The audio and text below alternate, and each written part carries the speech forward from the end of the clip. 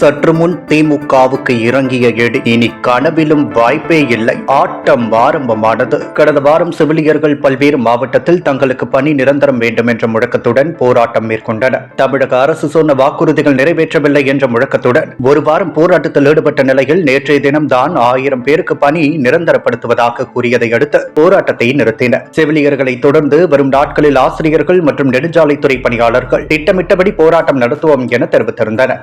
இந்நிலையில் இன்று காலை சம வேலைக்கு சம ஊதியம் என்பதை வலியுறுத்தி சென்னை டிபிஐ வளாகத்தை முற்றுகையிட்டு தர்ணா போராட்டத்தில் ஈடுபட்டனர்.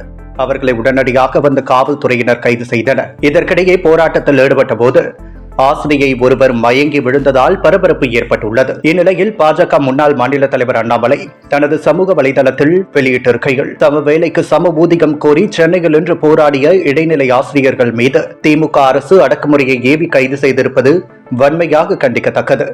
பொய்யான தேர்தல் வாக்குறுதிகள் கொடுத்து பொதுமக்களை ஏமாற்றி ஆட்சிக்கு வந்த திமுக 5 ஆண்டுகள் ஆகியும் எந்த வாக்குறுதிகளையும் முழுமையாக நிறைவேற்றாமல் ஏமாற்றி வருகிறது. திமுக தனது தேர்தல் வாக்குறுதி எண் 311 சம வேலைக்கு சம ஊதியம் வழங்குவோம் என கூறியிருந்ததை நிறைவேற்ற கோரி தமிழக பாஜக சார்பில் பலமுறை வலியுறுத்தி வருகின்றனர்.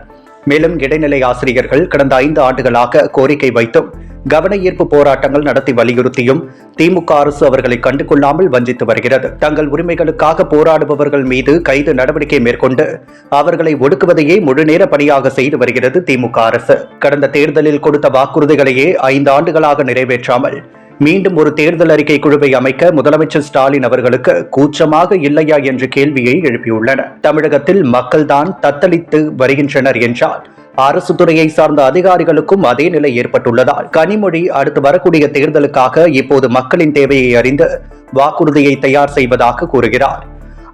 இப்போது நடத்தக்கூடிய ஆட்சியில் ஒன்றும் மக்களுக்கு செய்யவில்லை என்பதை ஒப்புக்கொள்கிறீர்களா என்று கேள்வி எழுந்துள்ளது. தேர்தல் நெருங்கும் நேரத்தில் அனைவரும் தங்களது கோரிக்கையை வலியுறுத்தி அரசுக்கு எதிராக வந்துள்ளதால் இந்த தேர்தல் திமுகவுக்கு பின்னடைவை ஏற்படுத்த வாய்ப்புள்ளதாக அரசியல் பார்வையாளர்கள் கருத்து தெரிவிக்கின்றனர்.